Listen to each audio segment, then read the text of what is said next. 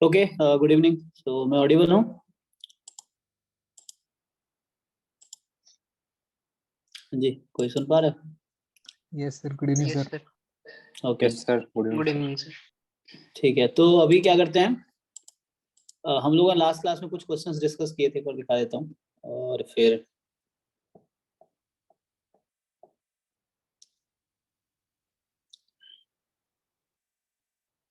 तो हम लोग गेट 2005 से स्टार्ट किए थे। मतलब मैं फिर से रिपीट कर देता हूँ लोगों के लिए जो नए हैं। आई थिंक कुछ लोगों का डे 1 है।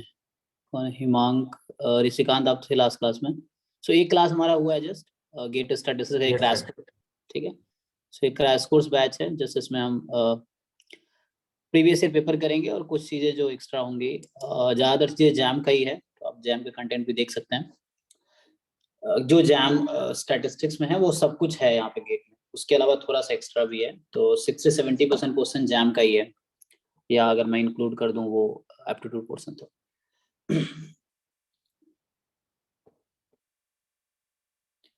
ठीक है, ऐसे किसी को कोई क्वेरी हो अभी, कुछ पूछना हो तो आप पूछ सकते हो, फिर मैं आप आता हूँ।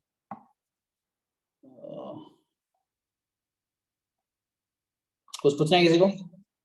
तो मैंने बोला था सॉल्यूशन आपको ग्रुप में डालने थे। जैसे मैं लास्ट क्लास में जो भी क्वेश्चन डिस्कस किया, मैंने मतलब सारे सॉल्व नहीं किए, तो मैंने कहा था कि आप लोगों को कि सॉल्यूशन जो मैं जैसे क्लास में मैं भी डिस्कस कर रहा हूँ, तो क्लास के बाद आपको अच्छे से खुद से लिखना है। मतलब खुद से सॉल्व करके देखो कि आप कर पा रहे हो नहीं कर पा रहे हो। अगर आप कर पा रहे हो तो उसको सॉल्व अच्छे से लिख के फिर आप ग्रुप में आपको सॉल्यूशन पोस्ट करना है। सब लोग अपना सॉल्यूशन पोस्ट करेंगे। अगर किसी को कुछ डाउट, दूसरा क्वेश्चन भी देख सकता है कोई किसी और का भी, ताकि एक दूसरे से हेल्प ले सके। अगर कोई क्वेश्चन किसी से नहीं होता है देन मैं सॉल्व करूंगा, हम लोग साथ में डिस्कस करेंगे। सो सिर्फ 2 लोगों ने ग्रुप में डाले थे, कुलदीप ने और रोहित ने। What were this? ऋषिकांत आपने? सर मेरा अभी पूरा हो नहीं पाया, मैं कल डालूंगा सर उसे। ऐसे कल कभी नहीं आता है, पता है आपको? क्योंकि आज जो परसों के लिए मतलब 2 दिन बाद कल था ना, तो कल तो कभी नहीं आएगा। Yes sir, yes sir. क्योंकि फिर अब आज क्या होगा, आपके पास एक वर्कलोड ऑलरेडी पहले से है, आज फिर से मैं होमवर्क दूंगा तो डबल हो जाएगा। जब आप एक दिन में पिछला नहीं कर पाओ, डबल कैसे कर लोगे आप? तो आपको करना पड़ेगा उसी दिन, है ना। मैंने ये भी कहा था कि आपको अगर ऐसा नहीं करोगे फिर मैं क्लास में अलाउ नहीं करूँगा, फिर आपको वीडियो देखना पड़ेगा। वीडियो देख सकते हो वो चीज़ें। लाइव क्लास उनके लिए जो ट्राई करते हैं सीखने के लिए, वरना मैं फिर से वो लाइन रिपीट करूंगा कि यूट्यूब पे करोड़ों वीडियोस पड़ी हैं स्टैटिस्टिक्स की, आप वहां से सीख सकते हो, है ना। लाइव क्लास जरूरत क्यों पड़ रही है आपको? क्योंकि आप मेरे साथ इंटरेक्ट करो, आपको जहाँ प्रॉब्लम आप बताओ, मेरे अगर होगा तो मैं सॉल्व कर सकता हूँ, तो मैं हेल्प करूंगा। वही चीज़ है। अगर वन साइडेड कम्युनिकेशन चाहिए तो यूट्यूब पे हजारों करोड़ों वीडियोस पड़ी है, आप वहां से हेल्प ले लो। चीज़ें हैं। तो यहाँ आप हमारे साथ हो तो आपका प्रोग्रेस होना चाहिए ना। यूट्यूब वालों जिसने वीडियो अपलोड किया उसको क्या फर्क पड़ता है आपका कुछ हो रहा है नहीं हो रहा है। लेकिन यहाँ तो मेरी जिम्मेदारी है ना कि आपका कुछ फायदा हो। और आप लाइव, मैं अपना टाइम दे रहा हूँ, अपना टाइम दे रहे हो, पैसे भी खर्च कर रहे हो, तो पैसे इंपॉर्टेंट नहीं, टाइम इंपॉर्टेंट है। तो आपके टाइम की वैल्यू तो हो। और कौन? और बाकी लोग हैं जो हैं, ठीक है, बाकी तो नए ही हैं और उसने ज्वाइन नहीं किया है। ग्रुप में तो बहुत सारे लोग थे। और कोई है जो लास्ट क्लास में थे? अभी पहली क्लास किन किन लोगों की है आज? सर मेरी है, आई एम शिवेक। सर मेरी भी, I am Himank. Okay, Himank and Shailendra. Shailendra, आपकी भी फर्स्ट क्लास है? Yes sir. ओके, तो मैं जैसे एक बार बता देता हूँ लास्ट क्लास में क्या किया था। जैसे हमने ये हमारा पेपर है, मतलब गेट का, ये मैंने ग्रुप में पोस्ट किया था, रीपोस्ट कर देंगे तो कोई बच्चा भेज देगा आपको। तो उसमें क्या है कि गेट में जो, मैं एक बार लास्ट क्लास स्लाइड खोल देता हूँ जो हमने लास्ट क्लास में किए थे। ये लेक्चर 1 था। तो इसमें ये तो पहले से बने हुए थे, ये मार्क्स डिस्ट्रीब्यूशन थे कि गेट में जो 2022 के एग्जाम हुए थे तो उसमें किस टॉपिक से, सिलेबस के हिसाब से। सो लाइक अगर मैं सिलेबस आपको दिखाऊं तो सिलेबस के हिसाब से किस टॉपिक से कितने क्वेश्चन आए थे। सो ये जैम का सिलेबस है, गेट का यहाँ से आएगा ना। तो इसमें क्या है कि अगर आप गेट स्टैटिस्टिक्स पे जाओगे वेबसाइट पे, गेट की वेबसाइट पे, तो वहाँ सिलेबस आपको पता ही है। सो ये जो सिलेबस है, जैसे पहला पोर्शन कैलकुलस है, दूसरा मैट्रिक्स थ्योरी हो गया, probability, standard, discrete and continuous, univariate distribution, stochastic, estimation, testing of hypothesis, non parametric, multivariate analysis, regression analysis. तो जैसे रिग्रेशन, मल्टीवेरिएट, नॉन पैरामीट्रिक और ये आपका हो गया स्टोकेस्टिक, ये जैम में नहीं है, बाकी चीजें हैं। हालांकि जैम का लेवल बीएससी है, इसका थोड़ा एमएस है, थोड़ा सा क्वेश्चन डिफिकल्ट भी होंगे।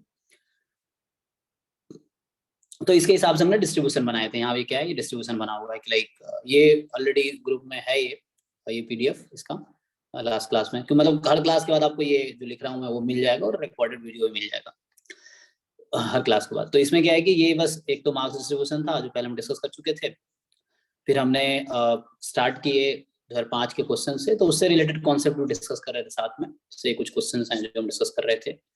फिर उसके बाद ये है ना कुछ कॉन्सेप्ट्स हैं कि अगर एक्स वाई गामा है तो सम क्या होगा, X Y exponential random variable, उसका सम जो है उसका डिस्ट्रीब्यूशन क्या होगा रैंडम वेरिएबल का।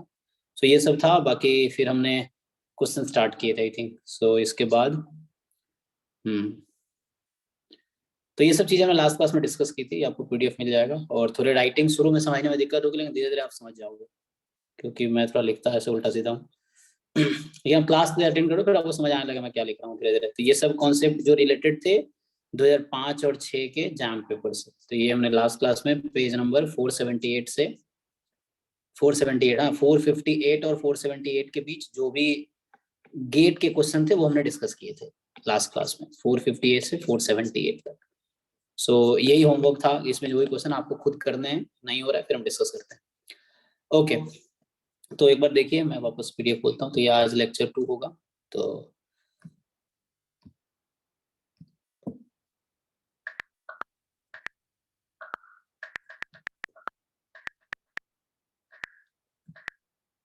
ठीक है,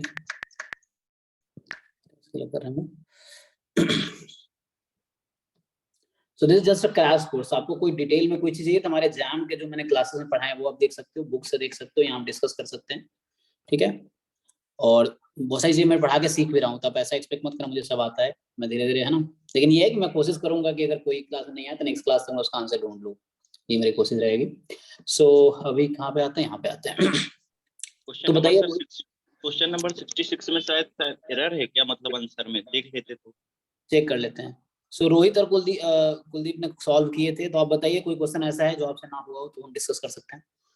अच्छा ये 25 रह गया था लास्ट टाइम, मैं देखा नहीं था कि ये भी है। तो जैसे कुलदीप ने भेजा था मैंने देखा कि ये भी है। जैसे ये क्वेश्चन है कि लेट A1 A2 है ना AN B N independent events which with the probability of occurrence of the event AI given by this. So AI के occurrence की probability है 1 - 1 upon alpha I for alpha more than ये क्या है, अच्छा alpha more than कोई quantity है, ये 1 है क्या है, कुछ एल टाइप का दिख रहा है, एल है ना, कोई एल क्वांटिटी है। सो आई ठीक है, कोई दिक्कत नहीं है। सो अल्फा की पावर आई, अल्फा कोई नंबर है मतलब एक से ज्यादा है, देखते हैं क्या बोल रहा है आगे। So I from 1 to n हो सकता है, then probability that at least one of the event occurs is. अब ये 4 ऑप्शन है, आपको एक ऑप्शन चुनना है, किनमें से कम एक अकर हो रहा है। तो कुलदीप ने किया, मैंने देखा है, बाकी रोहित आपने किया है क्वेश्चन? नो सर, ये नहीं किया सर। हाँ ये क्योंकि मैं भी कल यहीं से स्टार्ट किया तो मुझे दिखाना चाहिए, सो मैंने छोड़ दिया था, फिर भी आप देख सकते हो ना। सो बाकी लोग ट्राई करके देखो एक बार, कर पा रहे हो, ये इजी है, मतलब जस्ट बेसिक प्रोबेबिलिटी से रिलेटेड इंडिपेंडेंस का कॉन्सेप्ट यूज करना है, एंड एटलीस्ट का कॉम्प्लीमेंट आप ले करोगे इजी रहेगा, है ना। ऑप्शन सर ए आ रहा था, बट ए में जो 1 है 1 की जगह n होना चाहिए मेरे अकॉर्डिंग। पता नहीं, देखना ए में, अच्छा आपका ए ऑप्शन आ रहा है, ओके हाँ 1 है लेकिन वहाँ पे n होना चाहिए था मेरे अकॉर्डिंग। चेक करते हैं, कोई बात नहीं। सो अभी सॉल्व करूंगा मैं, तो देखते हैं। तो अभी ये क्वेश्चन जो कल हमने डिस्कस किए, अच्छा बाकी जो नए लोग उन्होंने क्या फर्स्ट लेक्चर देखा आपने? ऐसे यूट्यूब पे मैंने पब्लिक कर रखा है, अगर आपने देखा होगा तो, जो लास्ट क्लास के लेक्चर है। सर 30 मिनट्स का देखा था। तो फर्स्ट सेट में तो बस डिस्कशन था, अपना कंटेंट नहीं देखा होगा। फर्स्ट सेट में बता रहे थे क्या कैसे है मेरा बैकग्राउंड और ये सब, ओके। तो उसमें आप देख सकते हो, क्योंकि वो फर्स्ट सारे लेक्चर पब्लिक नहीं होंगे, फर्स्ट जैसा मैंने पब्लिक कर दिया ताकि लोगों को पता चले वैसे। सो ऐसे बाकी प्राइवेट रहते हैं। सो उसमें आप बाकी कंप्लीट कर सकते हो वीडियो, और ये नोट्स भी अवेलेबल है, तो अगर देखना डाउट हो तो आप कभी पूछ सकते हो। और मैं बहुत स्ट्रेट फॉरवर्ड हूँ, तो आप कुछ भी पूछ सकते हो, कि दिक्कत मैं डांटूंगा नहीं कभी, है ना, ये इतना मैं आपको प्रॉमिस कर सकता हूँ। सो आप कुछ भी पूछ सकते हो, छोटा बड़ा डाउट, कोई दिक्कत नहीं। ओके चलिए तो क्या करते हैं, 25 करते हैं सॉल्व। पहले सब लोग करके देखो, पहले आप लोग खुद 2 मिनट टाइम लो, ट्राई करो, फिर मैं करता हूँ। 25 नंबर क्वेश्चन।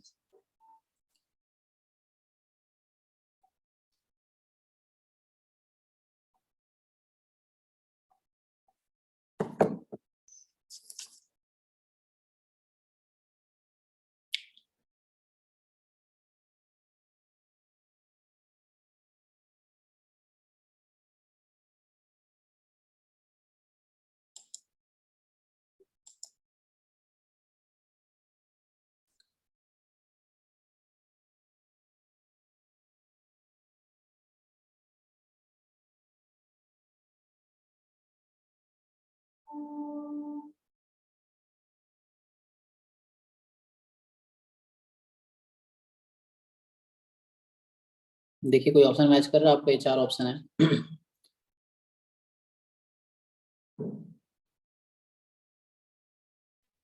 सर ए। ओके ए यार आपका भी ठीक है, तो वो क्या कुछ एरर चेक कर लेते हैं। चलिए मैं सॉल्व करता हूँ, आप लोग कर लेंगे सब लोग। जस्ट आपको देखना है at least one of the event occurs. So जैसे ये है आपका क्वेश्चन नंबर 25 गेट 2005 का। सो पहले मैथ के साथ ही स्टैट से क्वेश्चन आते थे, तो ये उसी में से है कि इसमें जो है जो क्वेश्चन है वो जस्ट मैथ के साथ ही आया हुआ है। तो हम लोग सिर्फ वो क्वेश्चंस करेंगे जो मैथमेटिक्स के हैं, ठीक है। बाकी सॉरी वो करेंगे जो स्टैटिस्टिक्स के, मैथ्स वाले इग्नोर करेंगे। ओके तो इसमें क्या है सिंपल कि आपके पास n इवेंट्स हैं a1 a2 an, और हर इवेंट के अकरेंस की प्रोबेबिलिटी 1 माइनस 1 अपॉन अल्फा की पावर i है। 1 माइनस 1 अपॉन अल्फा की पावर i है, ठीक है। i की वैल्यू 1 2 समथिंग है ना, इस तरह n तक है। अब आपसे पूछ रहा है क्या प्रोबेबिलिटी है कि at least one of the event occur, at least one of events occur. So at least का मतलब आप लोग क्या जानते हैं मैथमेटिकल इसका मीनिंग क्या होगा? मैं अगर सेट के फॉर्म में लिखूं तो क्या लिख सकता हूं उसको मैं? मतलब अगर मुझे इस a1 a2 an के टर्म में लिखना है एटलीस्ट को, एटलीस्ट वन ऑफ दिस, तो मुझे क्या लिखना चाहिए मैथमेटिकली? वन इंक्लूड वन के साथ साथ और जितने इवेंट है वो सारे भी इंक्लूड है, मतलब 1 से लेके n तक। यूनियन, A1 यूनियन A2 इसका ये यूनियन। मतलब हुआ। ठीक है कि a1 यूनियन ये है, या ऐसे लिखो, आप डायरेक्टली अगर आपको दिख रहा है तो आप ऐसे भी कर सकते हो, इसका कॉम्प्लीमेंट लेके करना आता है 1 माइनस प्रोबेबिलिटी। अब अगर आपका कॉम्प्लीमेंट लोगे तो मैथमेटिकली ले लो, या आपका अगर मेंटली आप समझ पा रहे हो कि कम से कम एक अकर हो रहा है तो इसका कॉम्प्लीमेंट क्या होगा? अगर लैंग्वेज में बता सकते हो आप, मैथमेटिकली भी देख सकते हो, एक भी तो अकर क्या नहीं होगा, है ना। So no events occur, no event occur, ये इसका कॉम्प्लीमेंट हो गया कि कोई भी अकर नहीं हो रहा, इसका कॉम्प्लीमेंट 1 माइनस दिस। अच्छा कोई भी अकर नहीं हो रहा, मैथमेटिकली यही लिखते हैं आप, तो a1 complement into a2 complement, ऐसा है ना, 1 माइनस प्रोबेबिलिटी। सो ये हो गया कि a1 कॉम्प्लीमेंट अगर इससे करते आप तो 1 माइनस, तो ये हो जाता इंटरसेक्शन a2 कॉम्प्लीमेंट, इस तरह से इंटरसेक्शन an कॉम्प्लीमेंट। अब मैथमेटिकली ऐसे सोचो, अब 1 माइनस, चूंकि ये इवेंट्स इंडिपेंडेंट दे रखा है तो इंटरसेक्शन को हम प्रोडक्ट में कन्वर्ट कर सकते हैं, तो ये कुछ हो जाएगा probability of a1 complement into a2 complement into probability of an complement, इस तरह से। अब इन सब की प्रोबेबिलिटी मुझे पता है, मुझे प्रोबेबिलिटी ऑफ ai पता है, तो मुझे ये बताइए कि प्रोबेबिलिटी ऑफ ai कॉम्प्लीमेंट क्या हो जाएगा? यहाँ से मैं क्या लिखूं? 1 अपॉन ए आई। हाँ 1 अपॉन अल्फा की पावर आई है ना। यहाँ से कॉम्प्लीमेंट लिया जाए तो 1 अपॉन अल्फा की पावर आई, देखिए यहाँ से अब। सो ये हो गया 1 माइनस, अब ये इसका आंसर क्या होगा? 1 अपॉन अल्फा की पावर 1 इंटू इसका आंसर क्या होगा? 1 अपॉन अल्फा की power 2 into dot dot dot 1 upon alpha की पावर n। तो 1 माइनस, अब न्यूमरेटर में 1 इंटू 1 इंटू 1 इंटू 1, तो क्या हो जाएगा? 1 ही रहेगा। डिनोमिनेटर में अल्फा की power 1 plus 2 up to n, तो आप देख पा रहे होगे answer easily. So 1 minus 1 upon, अब अल्फा की पावर, अब इसका सम आप सब जानते हैं कि sum of first n natural number क्या होता है? n plus 1 upon 2। ठीक है, तो n प्लस 1 अपॉन 3 आपका आंसर, देखिए आंसर होगा। सो ठीक है जी कुलदीप, ये ऑप्शन करेक्ट है ना, बिना कोई एरर के? जैसे 1 to इनफाइनाइट जाता तो वो 1 भी तो एक सॉल्यूशन के अंदर आता है, तो मतलब 1 की जगह n नहीं आ जाता? इस 1 की जगह कह रहे हो आप? इस 1 की जगह हाँ। नहीं, n तब आता जब हर पार्ट में हम वैसा कर रहे हो, जैसे ऐसा होता सम होता है, यहाँ जरूरत नहीं है। यहाँ पे सिंपली आपका सेट है, इसका आप कॉम्प्लीमेंट ले रहे हैं, ये e है तो आप e को लिख रहे हैं 1 minus e complement, 1 minus e complement, तो n की यहाँ जरूरत नहीं है, डायरेक्टली आप, मैंने ये फॉर्मूला यूज किया जस्ट कि probability of event E is equal to 1 minus probability of E complement. अब ये 1 ही रहेगा, इसको चेंज होने की जरूरत नहीं है ना। अब E कॉम्प्लीमेंट जो भी था उसमें प्रोडक्ट होके उससे आ गया, तो यहाँ n नहीं आएगा। ठीक, ओके, मैं कोई सोच बात रहा था कि समेशन के इक्वल टू 1 to n, और फिर जो प्रोबेबिलिटी गिवन है 1 माइनस 1 अपॉन अल्फा, मतलब अल्फा की पावर i। अच्छा अच्छा, तो वो ओके ओके, मैं समझा जो आप कहना चाह रहे हैं। ओके, देखिए, तो आप ऐसे कर रहे थे एक्चुअली, तो यहाँ आप गलती कहाँ कर रहे हैं, आप ये कहना चाह रहे हैं कि probability A1 union A2 union AN is equal to summation probability AI from 1 to n। तो आप ऐसे सोच रहे होंगे 1 माइनस 1 अपॉन अल्फा की power I from 1 to n। But question ये, क्या ये फॉर्मूला करेक्ट है? ये कब होता है? नहीं सर, वो हाँ आगे इंडिपेंडेंट होना चाहिए तो। नहीं, इंडिपेंडेंट हुआ तो ये एग्जॉस्टिव, डिसजॉइंट, हाँ, mutually pair wise pair wise independent, disjoint not independent. Independent में ये होता है, अगर इंडिपेंडेंट जैसे हमें दिया है तो इंडिपेंडेंट का मीनिंग ये हुआ कि if A1, A2 dot dot dot AN are independent, जो कि हमें गिवन है इस क्वेश्चन में, तो उसका मतलब ये होता है इंटरसेक्शन को आप प्रोडक्ट में कन्वर्ट कर पाओगे। Dot dot dot independent given होता तब हो पाता है। सर डिसजॉइंट, जी जी। सर यहाँ पे तो मतलब 2 के पेयर में भी मतलब डिसजॉइंट होना चाहिए, 3 के पेयर में भी, फिर देन 4 के, देन n के, तब हम बोल सकते हैं ना सर। ये ऑब्वियस है, देखो आपको ये चीज समझना पड़ेगा, एक कॉन्सेप्ट था डिसजॉइंट का और एक कॉन्सेप्ट था इंडिपेंडेंस का सेट में या इवेंट्स में, ठीक है। तो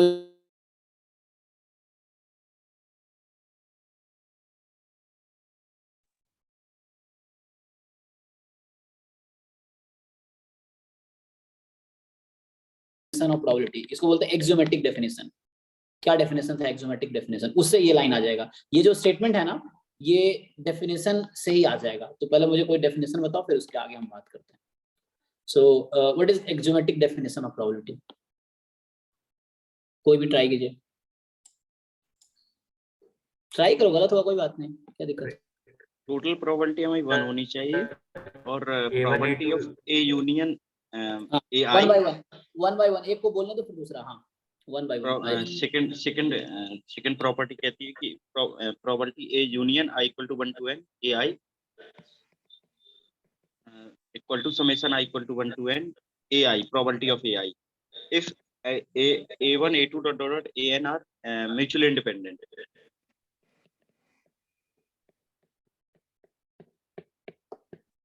disjoint, हाँ, पेयर वाइज डिसजॉइंट या mutually म्यूचुअली disjoint, एक्सक्लूसिव। हाँ, तो ये था, और एक और कंडीशन है, तो यही यहाँ पे काम आ जाएगा। तो ये जो आप कर रहे थे, ये तब कर पाएंगे जब मुझे सर यहाँ गिवन पे हो। पेयर म्यूचुअली इंडिपेंडेंट होगा ना, क्योंकि म्यूचुअली इंडिपेंडेंट इंप्लाई करता है ना पेयर वाइज इंडिपेंडेंट को। हाँ, वो इंडिपेंडेंट को करता है, मैं डिसजॉइंट लिखा हूँ, वो जो आप कह रहे हैं स्टेटमेंट वो करेक्ट है इंडिपेंडेंट के लिए, डिसजॉइंट के लिए रिवर्स हो जाता है स्टेटमेंट। सो सर तो सर यहाँ पे मैंने कहीं एक टाइम पढ़ा था कि एग्जॉस्टिव इवेंट्स हो, मतलब ये सारे, एग्जैक्टली, यस, एग्जॉस्टिव नहीं भी है, म्यूचुअली एक्सक्लूसिव है, चल जाएगा। म्यूचुअली एक्सक्लूसिव जो होता है, मतलब डिसजॉइंट का दूसरा नाम है म्यूचुअली एक्सक्लूसिव। सो एग्जॉस्टिव की जरूरत नहीं है, तो लाइक जरूर नहीं कि इस पूरे का यूनियन सैंपल स्पेस हो, नहीं भी है तो भी चल जाएगा। तो सर उसका फिर मतलब क्या होता है, मतलब एग्जॉस्टिव? हाँ, एग्जॉस्टिव का मतलब जो है, पहले मैं डेफिनेशन इसको पहले कंप्लीट कर देता हूँ, फिर मैं आता हूँ एग्जॉस्टिव। और 2 वर्ड इस तरह के यूज होते हैं, म्यूचुअली एक्सक्लूसिव और एक वर्ड होता है म्यूचुअली एग्जॉस्टिव। म्यूचुअली एग्जॉस्टिव, तो उस पर आते पहले डेफिनेशन कंप्लीट करता हूँ। सो प्रोबेबिलिटी एक फंक्शन है जिसका डोमेन, जो हम लोग कर रहे हैं इसका डोमेन है, हालांकि सिग्मा फील्ड होता है लेकिन सिग्मा फील्ड नहीं लिखते हैं, मैं लिखता हूँ पावर सेट ऑफ ओमेगा, ये डोमेन है इसका, ठीक है, डोमेन है power set of omega to, range है 0 1, आपको डोमेन R लिख सकते हैं। सो प्रोबेबिलिटी एक फंक्शन, इसका डोमेन है power set of sample space 2 0 1 such that 3 condition satisfy करनी चाहिए। सो पहला, दूसरा, तीसरा। सो पहली कंडीशन है probability of AIs is more than equal to 0 for all AI is subset of omega. या बुक में आप देखेंगे जैसे रोहतगी का डेफिनेशन है, लिखा होगा AI is element of sigma field. तो सिग्मा फील्ड कुछ और नहीं है, सैंपल स्पेस के सबसेट का कलेक्शन है। Power set of sample space को हम सिग्मा फील्ड बोलेंगे, जो हम लोग यूज कर रहे हैं। आगे मेजर थ्योरी में जाएंगे तो उसको रेस्ट्रिक्ट भी कर सकते हैं, लेकिन यहाँ पे हम जो भी हमारा सिग्मा फील्ड है वो फिक्स्ड है, power set of sample space. So okay, so ये था and this is yes. So ये डेफिनेशन हो गया प्रोबेबिलिटी का। 3 कंडीशन है, ये 3 कंडीशन रिक्वायर्ड है और ये फंक्शन है, ठीक है। डेफिनेशन में किसी डाउट नहीं होना चाहिए। अब यहाँ आते हैं mutually exclusive. So mutually exclusive का मतलब हो गया कि आपके पास जितने भी इवेंट्स हैं, for example A1 A2 AN है, so they are mutually exclusive. So mutually exclusive है तो एक दूसरे से डिसजॉइंट है। So A1 intersection A2 mutually disjoint, ये म्यूचुअली एक्सक्लूसिव ना, सो ऐसा बोल दो फाई होगा। और म्यूचुअली एग्जॉस्टिव का मतलब इन सब का यूनियन क्या होना चाहिए, ओमेगा। क्या हो गया, ओमेगा सैंपल स्पेस, ठीक है। सो ये एग्जॉस्टिव का डेफिनेशन है। अब जैसे मैं पेयर वाइज वर्ड यूज कर रहा हूँ, पेयर वाइज डिसजॉइंट, जैसे आप सब जानते हो, देखो एक मैंने वर्ड यूज किया पेयर वाइज डिसजॉइंट या pairwise, so pairwise disjoint, और एक है म्यूचुअली डिसजॉइंट।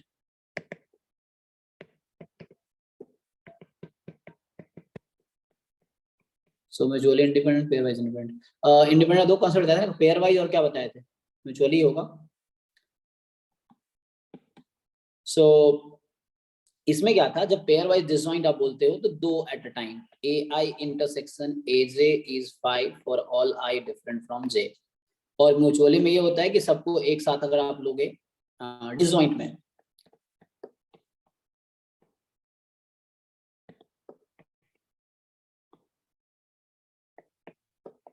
ठीक है। जैसे एग्जांपल देता हूँ एक मैं, एक सेट A है 1 2, एक सेट B है 2 3, और एक सेट C है 3 4।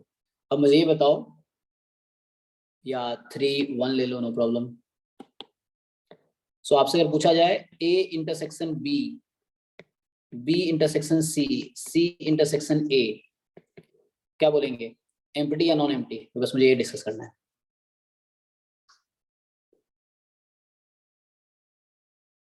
ये इजी है ना, आपको ये बताना है क्या होगा, ये एम्प्टी या नॉन एम्प्टी, ये देखना है।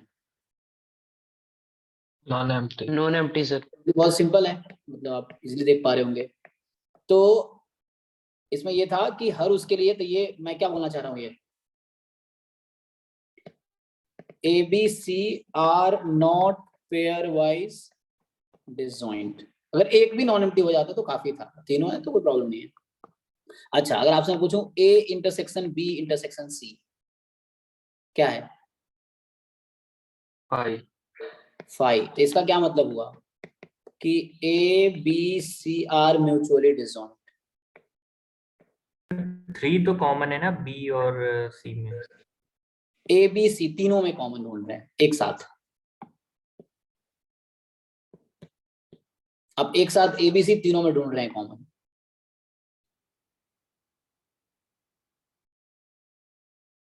ठीक है।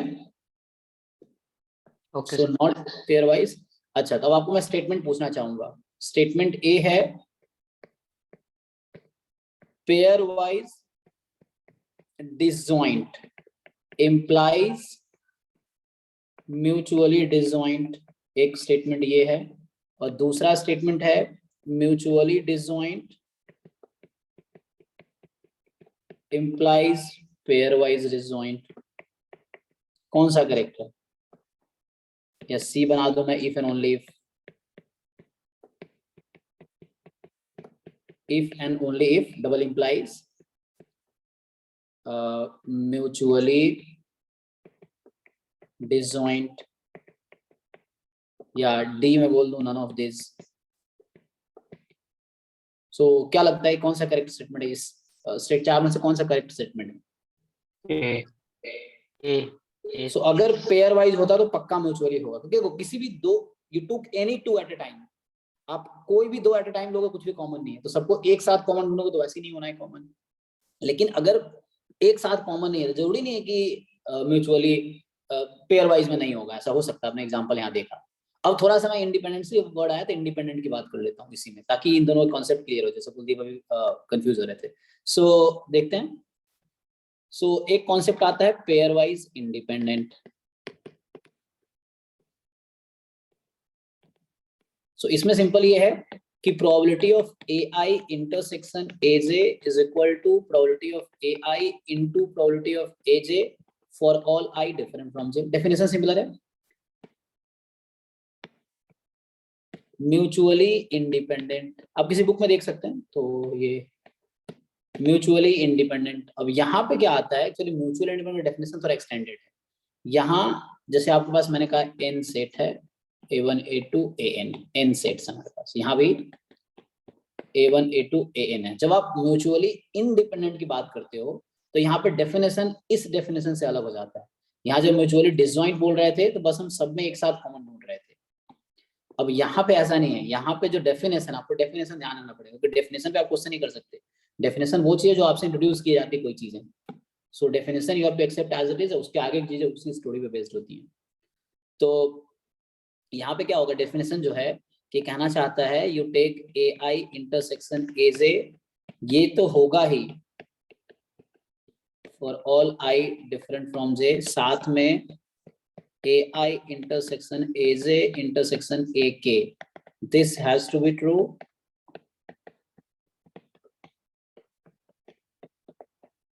मतलब I different J different K, तीनों डिफरेंट नंबर।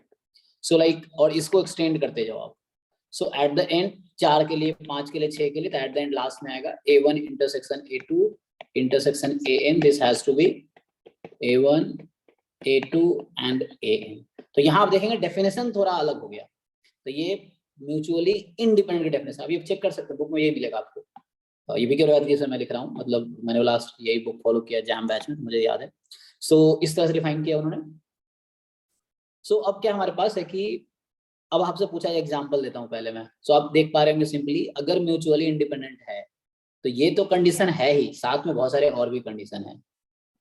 सो सिंपली आप डेफिनेशन देख के बता पाएंगे। मैं वही 4 स्टेटमेंट फिर से लिखता हूँ इंडिपेंडेंट के लिए, अब कि pairwise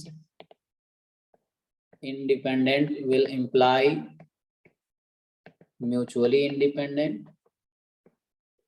Option B,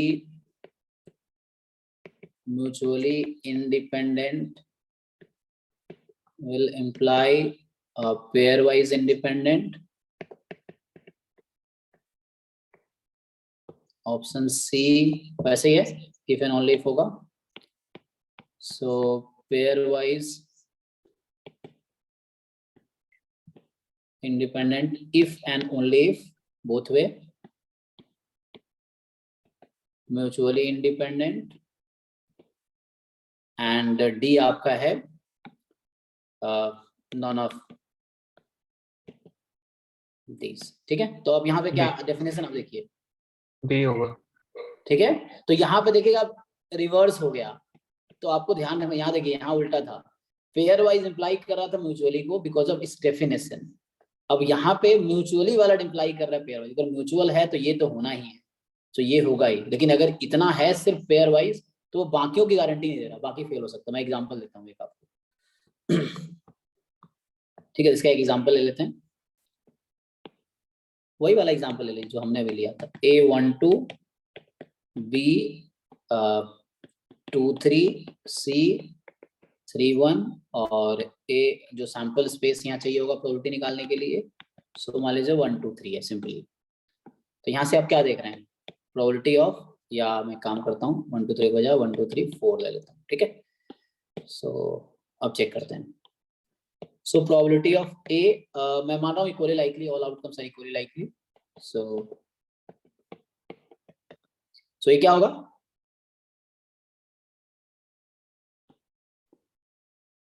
चलो यहाँ 4 कर देते हैं ताकि इसको इन्वॉल्व कर दे। इजी है ना, इक्वली लाइकली है तो क्या होगा आप बताइए। Probability of A 2/4। एक्चुअली देखो, मुझसे आप बात करते रहोगे नींद नहीं आएगी, वरना क्या आप सिर्फ सुन रहे होगे ना तो वो आंख लग सकता है, आप नींद में चले जाओगे। तो ये मैं छोटी चीजें पूछ रहा हूँ, 1/2 तो ये बहुत ऑब्वियस सी चीजें हैं, ऑब्वियसली बच्चे को पता है, आपको भी पता होगा। 1/2। ताकि आप इन्वॉल्व रहोगे हमारे साथ तो नींद नहीं आएगी, आप कनेक्टेड फील करोगे, वरना फिर वो आप कट जाओगे क्लास। सो इस तरह से है। तो ये आपका आंसर आएगा 2/4, 1/2, 1/2, 1/2। अब आपसे अगर मैं पूछूं probability of A intersection B बताओ मुझे, तो पहले ए इंटरसेक्शन बी कॉमन क्या है? So probability of set containing 2, तो कितना आएगा ये? 1/4. This is same as probability of A into probability of B. Similarly sir. अब बाकी चेक कर लो, बी इंटरसेक्शन सी आपका ऐसे ही आएगा, probability of B into probability of C. A intersection C आपका ऐसे ही आएगा, probability of A into now probability of A intersection B intersection C कितना आएगा? ये 5 अभी आपने देखा था, 0 हो गया। 0. और आपसे पूछा जाए probability of A into probability of B into probability of C, तो हाफ ऑफ हाफ 1/8. 1/8। तो क्या दोनों इक्वल है? नहीं। सो ये जो 3 स्टेटमेंट है ये बता रहा है कि A Pairwise B independent. C are pairwise independent.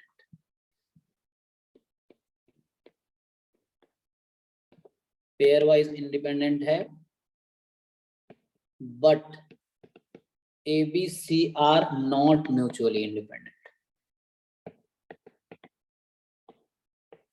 ठीक है, तो ये डेफिनेशन के चक्कर में ऐसा हो रहा है, क्योंकि डेफिनेशन बदल गया। वहां म्यूचुअल का डेफिनेशन, म्यूचुअली डिसजॉइंट का डेफिनेशन में बस एक ही लाइन है, जबकि म्यूचुअली इंडिपेंडेंट डेफिनेशन में बहुत सारी लाइन है। पेयर वाइज वाली तो है ही, साथ में और भी बहुत सारे कंडीशंस हैं, तो इसीलिए डेफिनेशन यहाँ बदल गया। तो डेफिनेशन बदल गया तो ये कंडीशन बदल गया। तो अब ठीक है, तो एटलीस्ट वो कुलदीप को जो डाउट तो क्लियर हो गया। सो ये चीज आप लिख सकते हैं, लेकिन ये तब जब आपको दे रखा हो कि पेयर वाइज डिसजॉइंट है, जो सेट्स हैं पेयर वाइज डिसजॉइंट है, तो यूनियन को आप जस्ट समेशन में ब्रेक कर सकते हो। और अगर पेयर वाइज डिसजॉइंट है तब, और अगर इंडिपेंडेंट है तो इंटरसेक्शन को आप प्रोडक्ट में लिख सकते हो। ठीक है, और यहाँ यूनियन को सम में लिख पा रहे हैं। तो समटाइम्स हम ऐसे रिलेट करते हैं, मैं कई बार बोलता हूँ कि this they are somewhat related. ये वर्ड जो है ना, प्रोडक्ट, इंटरसेक्शन, एंड, सो ये कहीं ना कहीं रिलेटेड है इस तरह से। ये यूनियन प्लस के साथ और वर्ड, इंग्लिश में वर्ड जो और है उसके साथ रिलेटेड है। प्रोडक्ट, इंटरसेक्शन और एंड कहीं ना कहीं रिलेटेड है।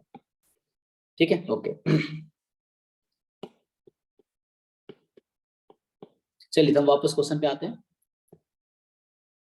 ठीक है, तो ये क्वेश्चन किसी को डाउट नहीं होगा, ये हो गया है। फिर कल हमने ये डिस्कस किया था टू वाई, ठीक है, एंड वाई की वैल्यू होगी 0 to infinity, इज इट?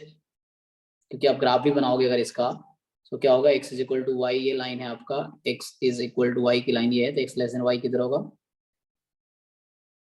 ये पार्ट। तो यहाँ अगर आप ग्राफ बनाते हो, x की वैल्यू लेते हो, तो x बराबर 0 to y and y 0 to infinity। ठीक है, please try to solve this question. कितना आएगा ये?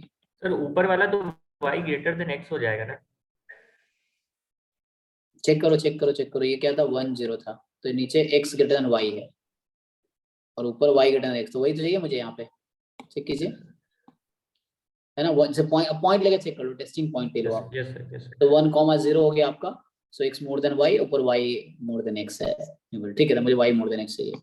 सो आप लोग इंटीग्रेट करके बताओ ये कितना आता है। सो ये हो जाएगा 0 to infinity, एंड ये तो अलग अलग था, तो fx of x तुम इधर कर लो, या fy of y करो ना, and now integrate 0 to y x का, तो 1/100 e की पावर माइनस x/100 dx। ठीक है, और जो भी आएगा वो dy होगा। इसका कितना आएगा चेक करो पहले।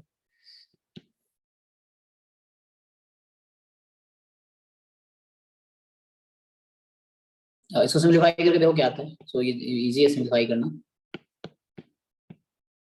ये तो e की पावर माइनस 1/100 e की पावर माइनस y/100, और यहाँ जब आप इंटीग्रेट करोगे तो e की पावर माइनस x/100 अपॉन -1 रहेगा, ये कैंसिल हो जाएगा पावर से, 0 to y dy। सो आप लोग भी कैलकुलेशन करते रहो, देखो क्या होता है। सो 1/100 e की पावर माइनस y/100 एंड कितना आया? 1 minus e की पावर माइनस y by। सो यहाँ से y/100 हो जाएगा, और 0 रखोगे आप तो 1 हो जाएगा। सो 1 minus this,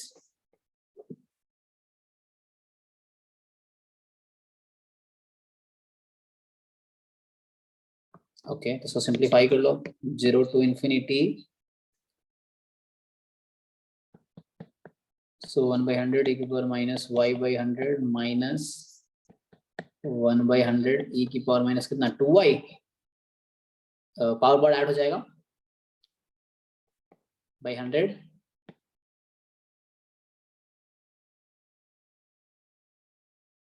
dy।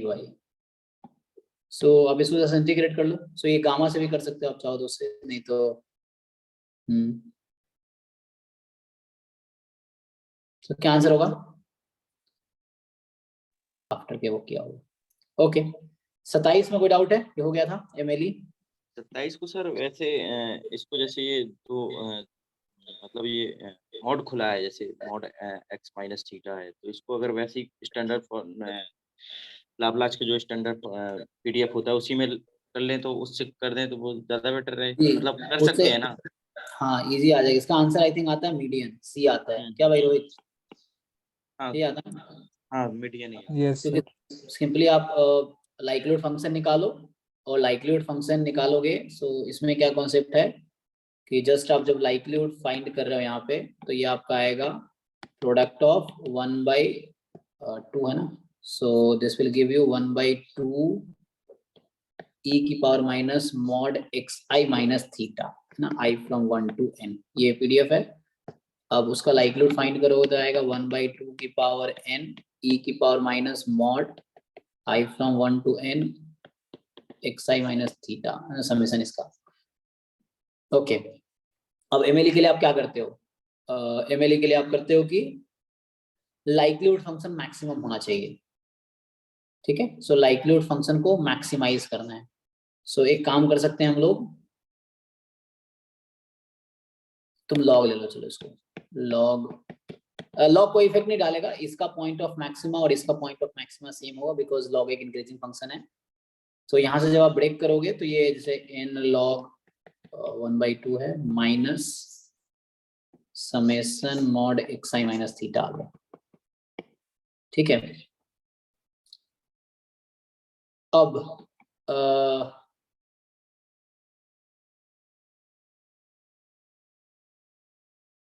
What will you do? Sir मैंने दूसरे यहाँ पे तरीके से सर किया है। मैंने ऐसे किया कि यहाँ पे इसको हम डिफरेंशिएट नहीं करेंगे, मतलब डिफरेंशिएट होगा ही नहीं। तो यहाँ पे अगर हम एल को मैक्सिमम करेंगे तो वो ये जो मॉड है ना ये मिनिमम होगा, किस मतलब थीटा का कोई वैल्यू होगा जो सैंपल मतलब पूरा सैंपल होगा, तो देखो वही मीडियम।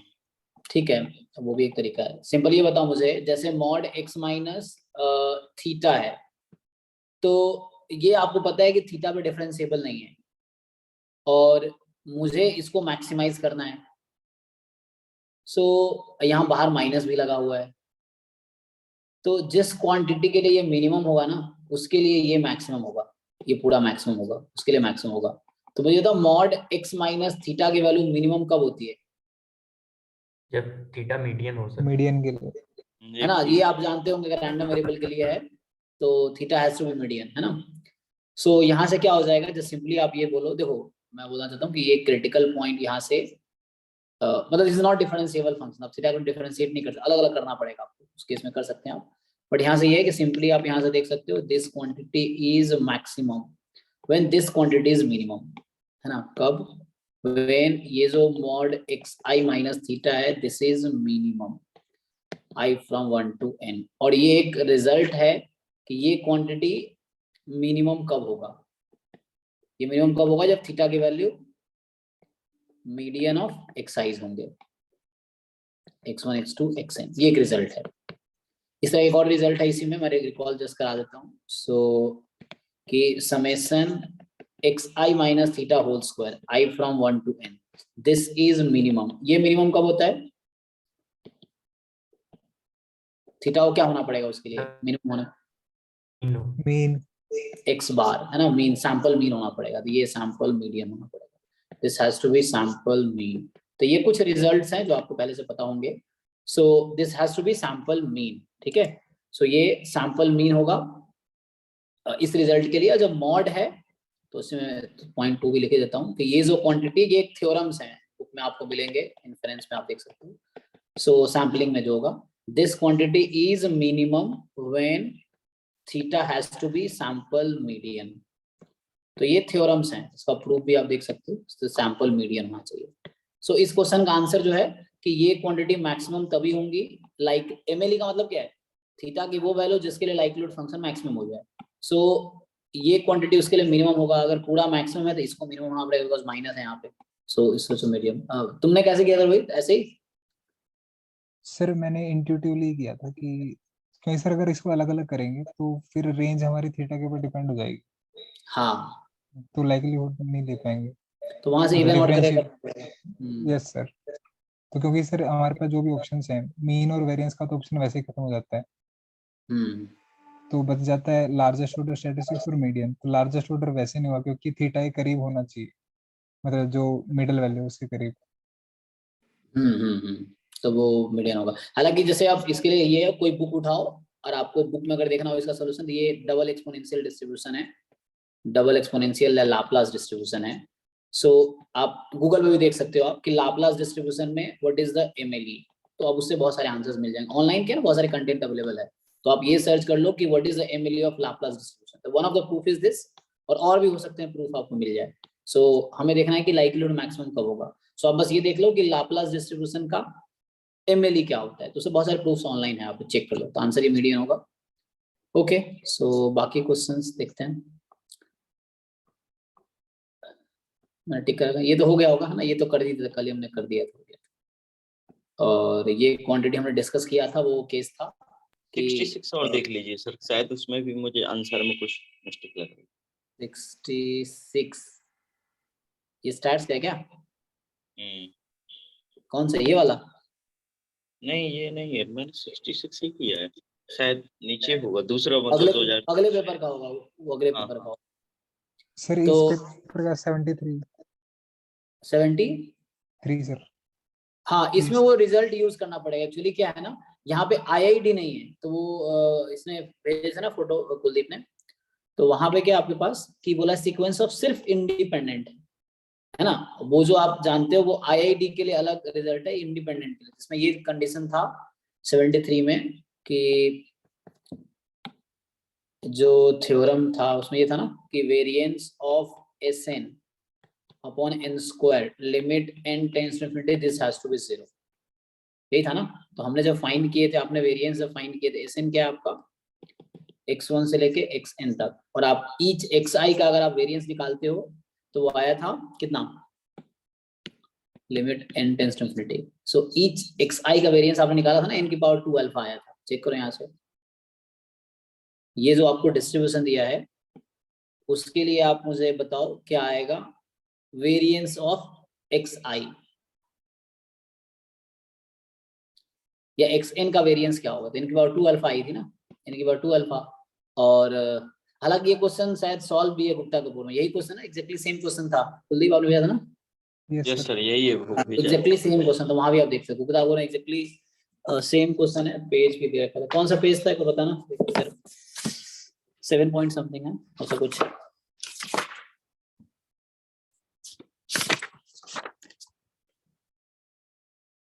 7.36।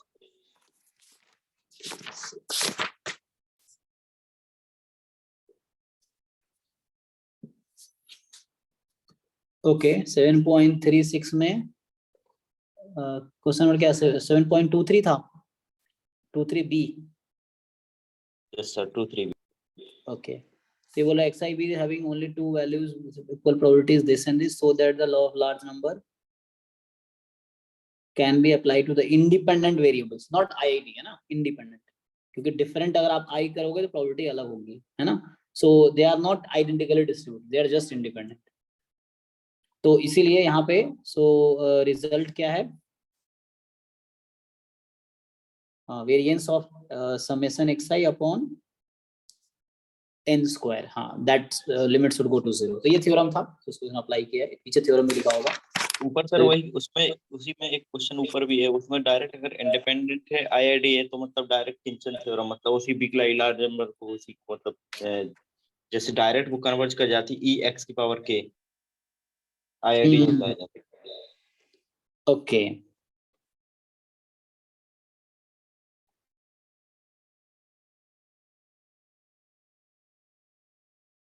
ओके वो देखेंगे अभी इस क्वेश्चन का कंक्लूजन क्या है। इस क्वेश्चन का कंक्लूजन ये है कि दिस शुड बी दिस। तो अब वेरिएंस ऐसे निकालेंगे तो ये n टाइम हो जाएगा ना। अब variance of x1 plus variance of x2 plus variance of x3 independent है तो कोवेरिएंस टर्म 0 हो जाएगा, है ना।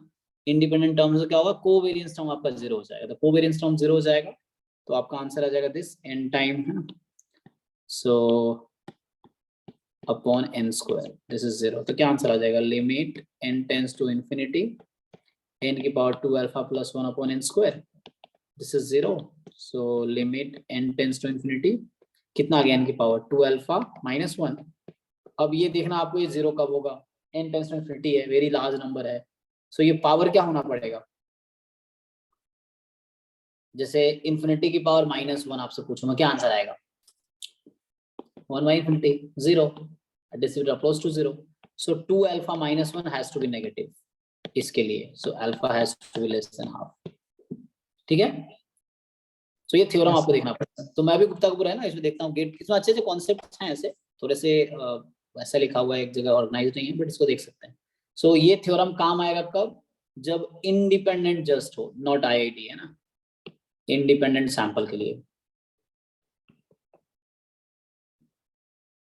ओके नेक्स्ट क्वेश्चन क्या था, ये तो हो गया था ना, ये किया था हमने 74 करना है या हो गया है, हो गया सर। ठीक है ना 74 हो गया। तो फिर ये तो हमने कर ही लिया था कल पूरा ही, तो पूरा डिस्कस किया था T5AB। सो ये हो गया था। फिर 2006 का पेपर यहाँ से स्टार्ट होता है। 2006 वाले में हमने ये देखा था, ये भी करके दिखा दिया था आपको, ये भी हमने करके ही देख लिया था 15 वाला, और ये वाला तो ये 16 उसी क्वेश्चन बेस था जो इधर 85 था, है ना। ये जो 85 है उसके जैसा ही है आपका ये क्वेश्चन नंबर 15 जो है, 16 क्वेश्चन 16 जो है उसके जैसा ही उस पे था कि लाइक x गिवन, इसमें जैसे एक थ्योरम है ना कि जो क्वेश्चन था हमारे पास कि x given x plus Y will be binomial x plus Y comma, अब डिपेंड करता है lambda 1 upon lambda 1 plus lambda 2, जहाँ पे x है पॉइसन लैम्डा 1 एंड y है पॉइसन लैम्डा 2, ठीक है। x है पॉइसन लैम्डा 1, y है पॉइसन लैम्डा 2, इस तरीके से इंडिपेंडेंट, ठीक है। तो वो थ्योरम यूज हुआ है। तो आगे बढ़ते हैं, यहाँ तक हमने लास्ट क्लास में डिस्कस किया था, थोड़ा आगे बढ़ते हैं।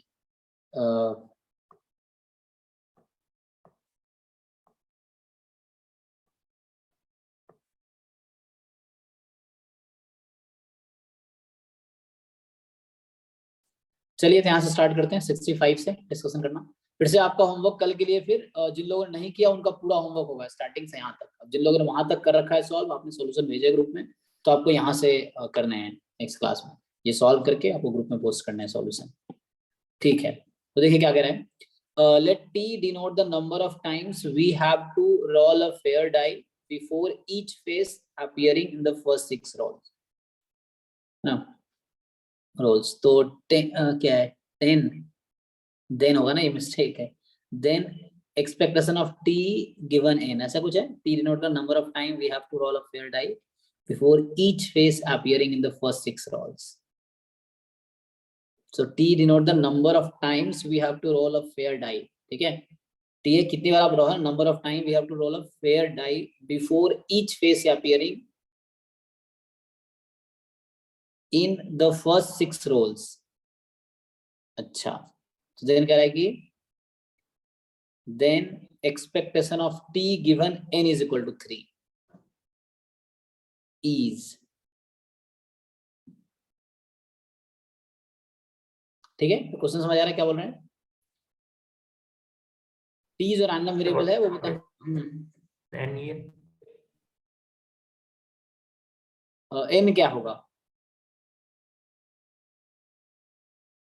t number of times we have to roll a fair die, ठीक है। आपने नंबर ऑफ टाइम रोल करेंगे before each face appearing in the first 6 rolls, in the first 6 rolls। so what is the meaning of this, appearing in the first 6 rolls, हाँ जी,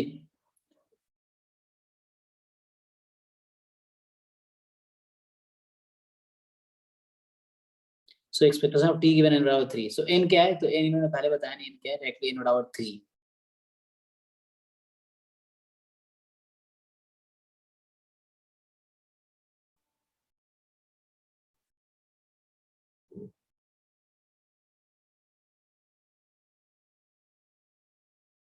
आप लोगों को समझ आ रहा है क्या कहना चाह रहा है बाकी लोग? No sir. नहीं सर, समझ में नहीं आ रहा। टी तो ठीक है, टी नंबर ऑफ टाइम है, we have to roll a fair dice before each face appearing in the first 6 rolls। First को लिखा है। ऐसा कुछ हो सकता है क्या सर कि मतलब जो फर्स्ट 6 रोल्स कर रहे हैं तो फर्स्ट फेज पे जो मतलब नंबर आ रहा है वो रीड कर रहा है टी को, then we have to roll a fair die that many times।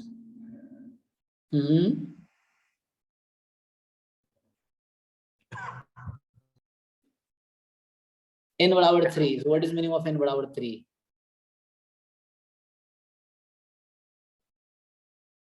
What is n?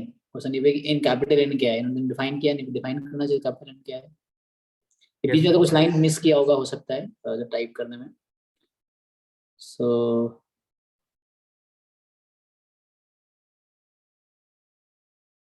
जैसे 10 लिखा हुआ है तो ये 10 नहीं देन रहा होगा, सो यहाँ पे कुछ टाइपिंग मिस्टेक है।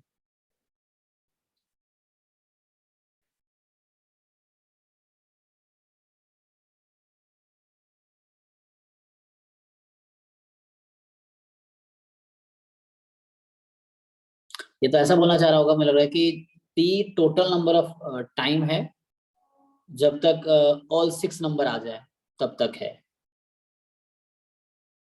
और n क्या है, जैसे मतलब एक तो ये केस हो सकता है, मान लो तो 10 बार हमने टॉस किया, 10 बार में क्या हुआ, सारे नंबर आ गए हैं ना, हो सकता है 1 3 बार आया, 2 4 टाइम आया, like this, but at least Yes, sir. One time सारे आउटकम आ गए। एक ये हो सकता है कि at least one time first 6 roll मतलब 6 आउटकम्स जो है वो सारे आ गए, each face appearing in the first 6 roll. So ये फर्स्ट का वर्ड है, देन एक्सपेक्टेशन t बराबर दिस गिवन n बराबर 3। सो n को डिकोड करना पड़ेगा, वर्ड n क्या हो सकता है, क्योंकि इसने क्लियरली लिखा नहीं, क्वेश्चन में कुछ मिसिंग है, क्लियरली लिखना चाहिए था n इज दिस, देन बताता खुद से कि ये है। सो एक्सपेक्टेड नंबर ऑफ टाइम कितनी बार कम से कम आप टॉस करोगे ताकि ये n हो सकता है मल्टीप्लिसिटी किसी एक आउटकम की, तो ऐसा है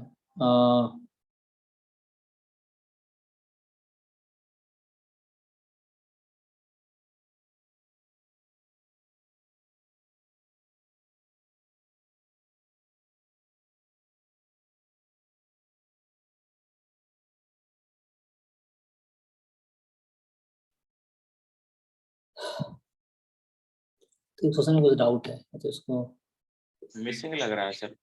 कुछ तो मिसिंग है, देखो देख लो पोस्ट, ये तो उसको फोटो किसी ग्रुप में पोस्ट कर देना, कोई बच्चा अगर कर देगा तो, जैम वाला जो ग्रुप हमारा, सो उसमें देखो कोई अगर समझ पाता है। तो यहाँ पे एक्सपेक्टेड नंबर ऑफ टॉसेस निकालने हैं मुझे ना, when n is 3, something is missing, n की अगर डिफाइन करता तो हम कर पाते, सो n भी डिफाइन नहीं किया, समथिंग इज रॉन्ग, इस क्वेश्चन में कुछ गलत है, ठीक है इसको। एंड 66 जो है हमारे पास,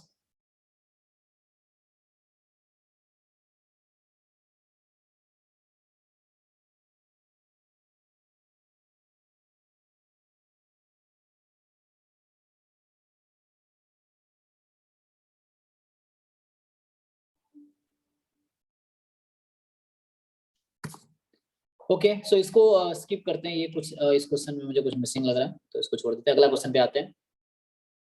let there be 3 type of light bulbs with lifetimes x, y and z having exponential distribution with mean theta, 2 theta, 3 theta, then the maximum, देखो अब ये एक्चुअली ये जो शायद लगा ये जो है ना इन्होंने टाइप करवाया हो गया तो कुछ इन्होंने मिस, ओरिजिनल पेपर में इतनी गलतियां नहीं होंगी, सो ओरिजिनल सर पेपर दो दिखा। ये सर 2 पेपर है ना, ये 2005 का 2006 का ये टाइपिंग वाला है, बाकी इसके नीचे जो है फिर वो वहां से उठाए गए।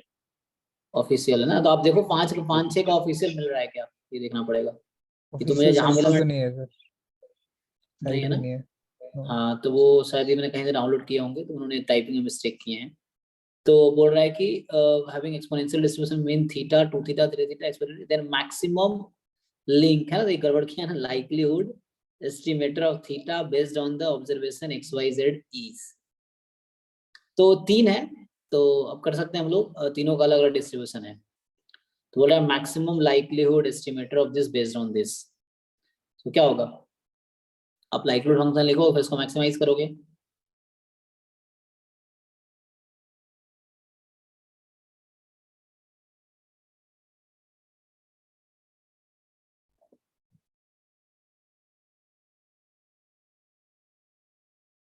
ये हो जाएगा ना, इसमें क्या करेंगे, ये 66 है शायद, यही पूछ रहा था ना आप कुलदीप। सो इसमें से x है exponential with mean theta, y है exponential with mean 2 theta, z है एक्सपोनेंशियल विथ मीन 3 थीटा। मतलब ये है कि x का डिस्ट्रीब्यूशन ऐसा हो गया 1/थीटा e की power minus x by theta, इस तरह से। y का जो डिस्ट्रीब्यूशन आपका हो गया 1/2 थीटा e की power minus x upon 2 theta, and जो z का डिस्ट्रीब्यूशन है 1/3 थीटा e की पावर माइनस, यहाँ y है z अपॉन 3 थीटा। अब यहाँ से आपको लाइक्लीहुड फंक्शन लिखना है L थीटा, तो क्या होगा likelihood function, product of this है ना। Yes sir. सो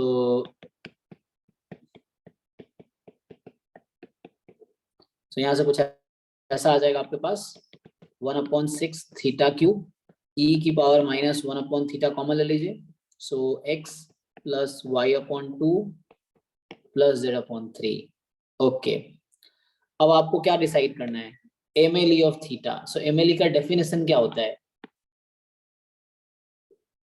कोई बताओ। लॉग ले लेंगे डिफरेंशिएट कर। हाँ मतलब वो थीटा जिसके लिए क्वांटिटी मैक्सिमम हो जाए, हाँ मैक्सिमम। तो वो थीटा निकालो जिसके लिए मैक्सिमम हो जाए। सो आप वैसे कर सकते हो, लॉग ले सकते हो, यहाँ पे डिफरेंशिएबल होगा ये थीटा के रेस्पेक्ट में। सो लॉग ले लिया आपने तो ये आ गया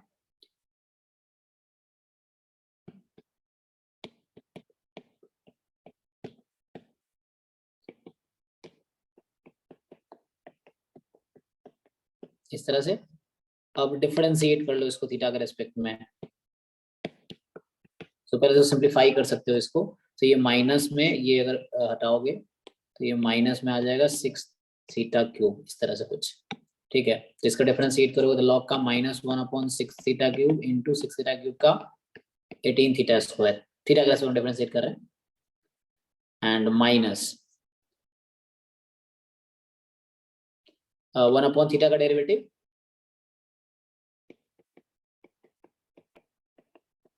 क्या लिखूं, 1/थीटा का डेरिवेटिव 1/थीटा स्क्वायर प्लस पे, सो -1/थीटा स्क्वायर, ये प्लस हो गया। सो अब ठीक है, इसको 0 पुट कर दो आप, तो इसको 0 पुट करोगे देखो क्या आता है। So when you will put it 0 तो ये आ गया, इसको यहाँ से पहले काट दो, तो इसको राइट साइड ले जाओ, नेगेटिव है ना तो इधर ले आता हूँ मैं।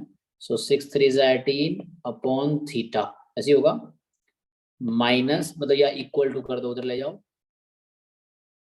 x plus Y by 2 plus Z by 3 whole upon theta square है। यहाँ से क्रॉस मल्टीप्लाई कर लो तो क्या होगा थीटा का वैल्यू, चेक करो, क्रॉस मल्टीप्लाई करो, 3 डिवाइड बाई, देखो ऐसा कोई ऑप्शन है,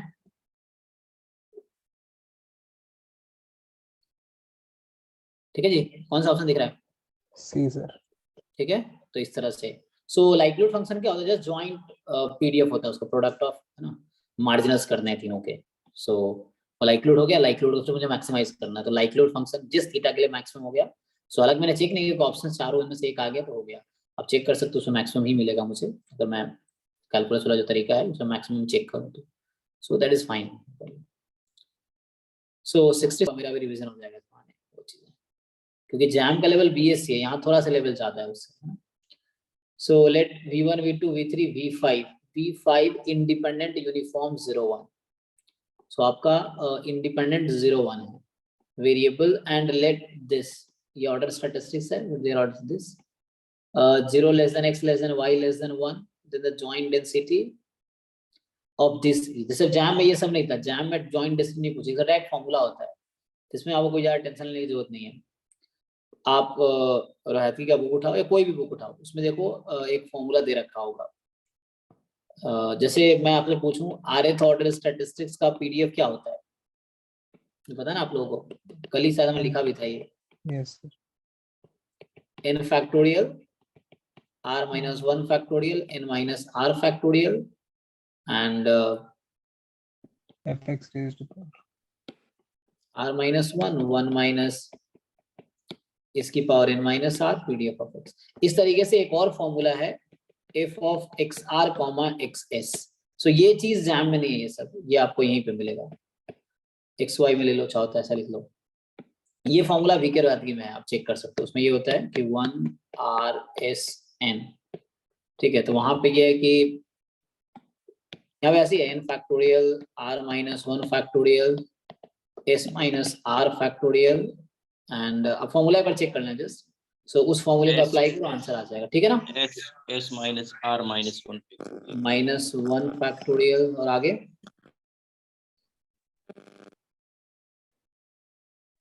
n minus s।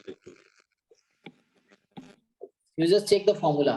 ये वीकर वादगी में आपको मिल जाएगा जॉइंट का, कि जैम में ये नहीं है ना, तो आप लोग जो गेट वाले तो आप हमें ये करना पड़ेगा। सिलेबस हम देख सकते हैं, ऑर्डर स्टैट्स में इन्होंने रेस्ट्रिक्ट तो नहीं किया होगा, है ना। ये गुप्ता कपूर में भी है। हाँ गुप्तापुर में भी होगा जी। सो ये बस फॉर्मूला लगा लो, उसमें मुश्किल नहीं है, ये जस्ट आप देख लो, है ना। ऑर्डर स्टडी यहाँ पे तो होगा ही, क्योंकि जैम में उन्होंने कहा है कि they will not ask joint नहीं है वहाँ पे, लेकिन यहाँ पे तो ये जस्ट फॉर्मूला लगाओ। ये फॉर्मूला गुप्तापुर में सब कुछ है, क्योंकि बहुत पुराने समुद्र जैसा है वो, सब कुछ दे रखा है। सो आपको just see the formula, apply it हो जाएगा, इसमें मुश्किल नहीं होगा। 2 4 है तो अप्लाई करो, हो जाएगा। तो ये है, आगे बढ़ते हैं। सो बाकी जो क्वेश्चन रहेगा वो नेक्स्ट टाइम डिस्कस करेंगे, मैं भी सॉल्व करूंगा। आते हैं 2007 का पेपर है, तो यहाँ से स्टार्ट करते हैं, ठीक है। ये मैथ जैम, अब ये शायद पेपर ठीक लग रहा है, इसमें गलतियां नहीं होंगी, ये ओरिजिनल पेपर जैसा लग रहा है जो आया होगा, तो इसमें मैंने टिक तो कर ही रखा होगा। जैसे अब ये डिस्कस कर लेते हैं, जैसे आपको सॉल्व करना। अब आज का होमवर्क क्या होगा, 2006 और 7 में जो क्वेश्चन है वो करने हैं, जो लास्ट टाइम किए थे, जो नहीं किए थे शुरू से ही। 2005 में कुछ क्वेश्चन थे, 6 में थे, 7 में होंगे, वो आपको करने सॉल्व, नहीं होगा फिर डिस्कस करेंगे। So let xy be jointly distributed random variable having joint PDF this. So probability y more than maximum of x comma minus x. तो इस तरह की चीजें क्या है ना, y more than 2 नंबर के मैक्सिमम से ज्यादा है, इसका क्या मतलब है, मैक्सिमम से ज्यादा है, इसका क्या मतलब हुआ, दोनों ज्यादा होगा, isn't it? Yes. So can we write x more than x, y more than x and y more than minus x as well, इस तरह से। अच्छा, सो देख लो इसका इंटरसेक्शन, ये इंटरसेक्शन है बीच में ना, मैक्सिमम ऐसे। हाँ वही बोल रहा हूँ कि मैक्सिमम से ज्यादा है। जैसे मान लो 3 ज्यादा है मैक्सिमम ऑफ 1 2 से, तो ऑब्वियसली 3 1 से भी ज्यादा होगा, 3 2 से भी ज्यादा होगा, ठीक है। इस तरह से आप लिख सकते हो, मैक्सिमम को ब्रेक कर सकते हो कि इन दोनों में जो लार्जर है, mod x की होगी ना सारी, y greater than mod x। हाँ उससे भी कर सकते हो आप, तो यस दैट विल आल्सो, उस तरीके से भी कर सकते हैं। यहाँ वाला इंटरसेक्शन ले लो अब इसका, तो यहाँ से भी आप देख सकते हो कि, है ना, इसका इंटरसेक्शन क्या है, यहाँ से क्या आया। सो प्रोबेबिलिटी y, है ना, minus x more than 0, y plus x more than 0। तो वैसे भी कर सकते हो आप, y more than mod x, ये बोल रहे हो ना आप। तो इसकी वैल्यू x होगी अगर x पॉजिटिव है, हाँ मैं ठीक है, तो ये निकाल सकते हो ना इसलिए। अब दिस आल्सो फाइन, यस, यहाँ से भी बाद में आंसर आता है। So this is not difficult. आपको क्या करना है, जॉइंट पीडीएफ है ऑलरेडी, ये सपोर्ट है, इसका ग्राफ बनाना है आपको सपोर्ट का, and then in that support आपको इसका ग्राफ बनाना है। अब ये ग्राफ ऐसे ही बना सकते थे और उस रीजन पे आपको इंटीग्रेट करना होगा। सो मॉड एक्स का डेफिनेशन है x होता है अगर x पॉजिटिव है, माइनस x अगर x नेगेटिव है। ठीक है, तो जो भी अगर x पॉजिटिव है तो मैक्सिमम x हो जाएगा नेगेटिव। ठीक है, सो आप ऐसे भी कर सकते हैं, तो ये हो जाएगा ना। ये अब जस्ट आपको इसका ग्राफ बनाना है एंड उससे आप इसकी प्रोबेबिलिटी निकाल दो। बोलो भाई, हो जाएगा ना बाकी लोग? Yes sir. ठीक है ना, तो अब Yes, ग्राफ yes, बनाओ। sir. सर डायरेक्ट वैसे फॉर्मूला भी तो था, जैसे मतलब वो मिनिमम मैक्सिमम का होता था, जैसे मिनिमम होता था तो less than greater than equal to कर देते और मैक्सिमम में लेस देन इक्वल टू होता था। हाँ, वो यहाँ में कर रहा था, उससे बाद में वही आंसर आएगा, बाद में वही चीजें आएंगी, वो ग्राफ ही बनाना पड़ेगा। वही तो मैं कर रहा था भाई, y more than x and y more than minus x। अब यहाँ से इंटरसेक्शन निकालना है, दोनों ग्राफ बना लो। तो probability y minus x more than 0, y plus x more than 0, इसका ग्राफ बनाओ, इंटरसेक्शन लो दोनों का। ठीक है। तो उससे भी बाद में वही आंसर है। तो आपको जो भी समझ आता है उस तरीके से करो, दिस इज नॉट डिफिकल्ट। बस ये है कि एग्जाम को ऐसे नहीं लेना कि उनको सारे क्वेश्चन डिफिकल्ट आते हैं। एग्जाम कुछ डिफिकल्ट भी आते हैं, कुछ आसान भी आते हैं, तो आपको उसके हिसाब से करना है। ठीक है, तो ये हो गया। ये 15 ट्राई कर सकते हैं। क्या बोल रहा है? x1 x2 dot dot B a sequence of IID chi-square random variable each having 4 degree of freedom. Sn है समेशन xi स्क्वायर और बोल रहा है कि Sn upon n converges in probability to mu. So mu क्या होगा? तो पहले थोड़ा इसको थोड़ा एलिब्रेट करता हूँ। ये क्या हो गया? 1 upon n summation xi square i from 1 to n, ये है ना Sn। So this converges in probability. तो बताओ weak law of large number के स्टेटमेंट से म्यू क्या होना चाहिए? EX square. e of x square. Sir mu कैसे हो जाएगा मतलब यहाँ पे? अरे म्यू कहाँ बोला कहीं पे मीन है, तुम अज्यूम कर लेते हो चीजें। म्यू कोई अच्छा वो नहीं वो मैंने देखा नहीं, वहाँ पे म्यू लिखा वो नहीं देखा। इसने थोड़ी बोला कि म्यू मीन है, इसने कहा म्यू कोई कांस्टेंट है, के भी हो सकता था यहाँ पे, लैम्डा भी हो सकता था, कुछ भी हो सकता वो था। मैंने देख नहीं पाया था, वो म्यू लिखा है वहाँ पे। तो आपको अज्यूम नहीं करना कुछ भी। क्या है, इसने बोला यहाँ कन्वर्ट कर रहा है, तो बताओ वो नंबर क्या होगा? तो वो नंबर मेरा EX स्क्वायर है। ये नहीं कि मैं म्यू बोल रहा हूँ, मीन बोल रहा हूँ, नहीं। This is just a constant, so that constant is what. ये निकालना, अभी निकालना आसान नहीं है। अब बताओ कोई रैंडम वेरिएबल है जिसका 4 डिग्री ऑफ फ्रीडम है काई स्क्वायर का, था उसका बताओ EX क्या होता है? काई स्क्वायर 4 है तो EX, 4 और वेरिएंस 4 क्या होता है? 8 2r 8। तो ये आपका EX square minus 16 is equal to 8।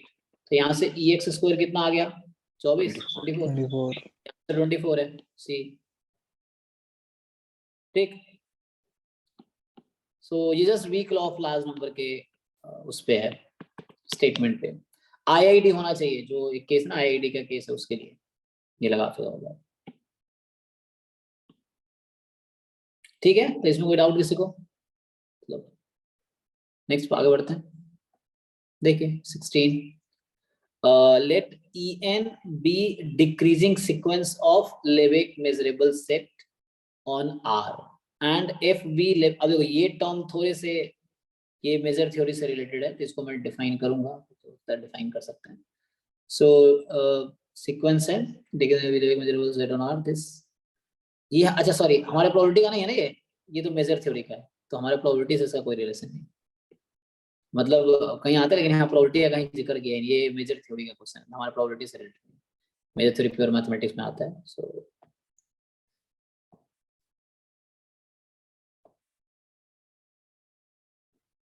आप देख भी देखना जो प्रोबेबिलिटी क्वेश्चन दिखेंगे यू जस्ट सी। मैंने जो मुझे दिखा था शुरू में उसको टिक किया होगा। ओके, तो अब जैसे ये है आपके पास कि ABC be 3 events such that A की 0.4, B की 0.5, A union B 0.6, C 0.6, A intersection B intersection C complement 0.1, then probability of A intersection B given C। ये निकाल सकते हो आप लोग? बताओ, तो इजी है। अब क्या आएगा? क्विकली करके देखो सब लोग, बेसिक है।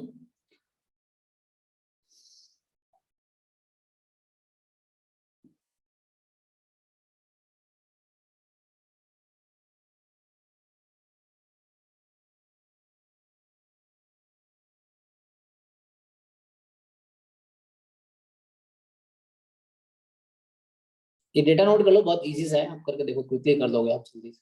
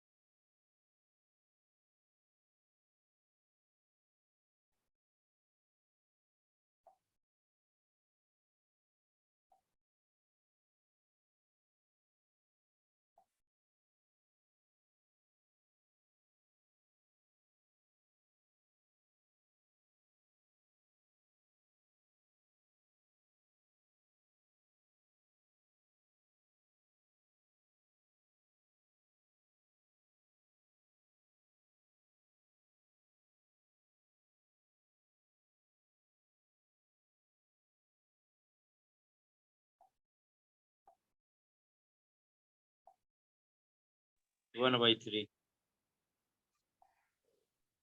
आपको ये आ रहा है क्या, देखो बाकी लोग?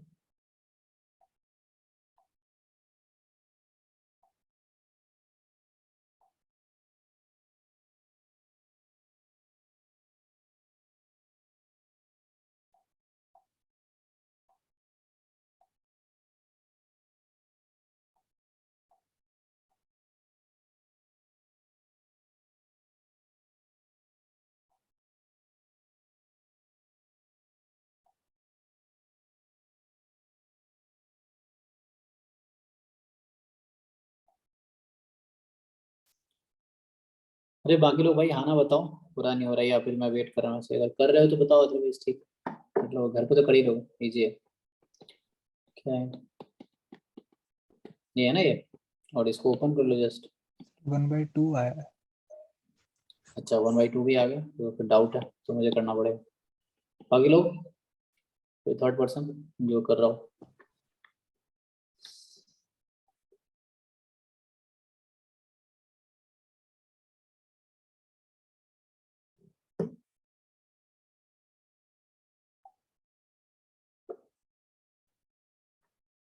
और कोई सॉल्व कर रहा है? हाँ जी, कौन लोग हैं और? हाँ जी, ऋषिकांत। यस सर, कर रहा हूँ सर। हाँ शैलेश, विवेक, आप लोग कर रहे हो क्या?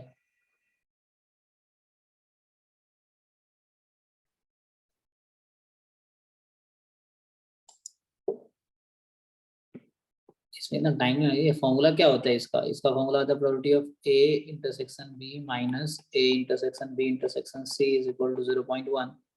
और ये इन तीनों को यूज करके क्या probability of A intersection B नहीं आ जाएगा? 5 और 9 माइनस 6 बी 0.3। बी आ रहा है सर, गलती बी आ रहा ठीक है ना, कोई बात नहीं। हाँ है। यस तो यहाँ से probability of A intersection B intersection C आपका आ गया, इधर चला जाएगा तो 0.3 माइनस 0.2, तो ये 0.2 आ गया। इसको खोल लो, इसको खोलोगे तो probability of A intersection B intersection C upon probability of C, so ये 0.2 और सी कितना है 0.6 और 1/3। ठीक है, तो ये हो गया, ये आंसर आ गया 1/3। तो ये तो मैं ऐसे वेट करके, बहुत इजी सा है ये तो, मतलब सारे क्वेश्चन डिफिकल्ट नहीं होता ना, हर तरह का क्वेश्चन एग्जाम में। और आपको मैं फिर से बोल रहा हूँ, आपको 50-60 नंबर का टारगेट रखोगे तो इसलिए अच्छा। ओके, ये करना है आपको। और नेक्स्ट क्या है? Consider two identical boxes B1 B2 where the box I1 to 2 contains I+1 red 5 minus bracket में लिखूं तो I+1 हो जाएगा white balls। ठीक है, तो I+1 रेड है और 5 में से I+1 घटा दिया तो उतने रेड है, तो आई रख लो 1 2। फॉर एग्जांपल फर्स्ट बॉक्स में 2 रेड है और 3 व्हाइट है, सेकेंड बॉक्स में 3 रेड है 2 व्हाइट है। A fair die is cast, अच्छा मतलब टॉस होगा इस टाइप से dice. Let the number of the dots shown on the top of the face of the die be n।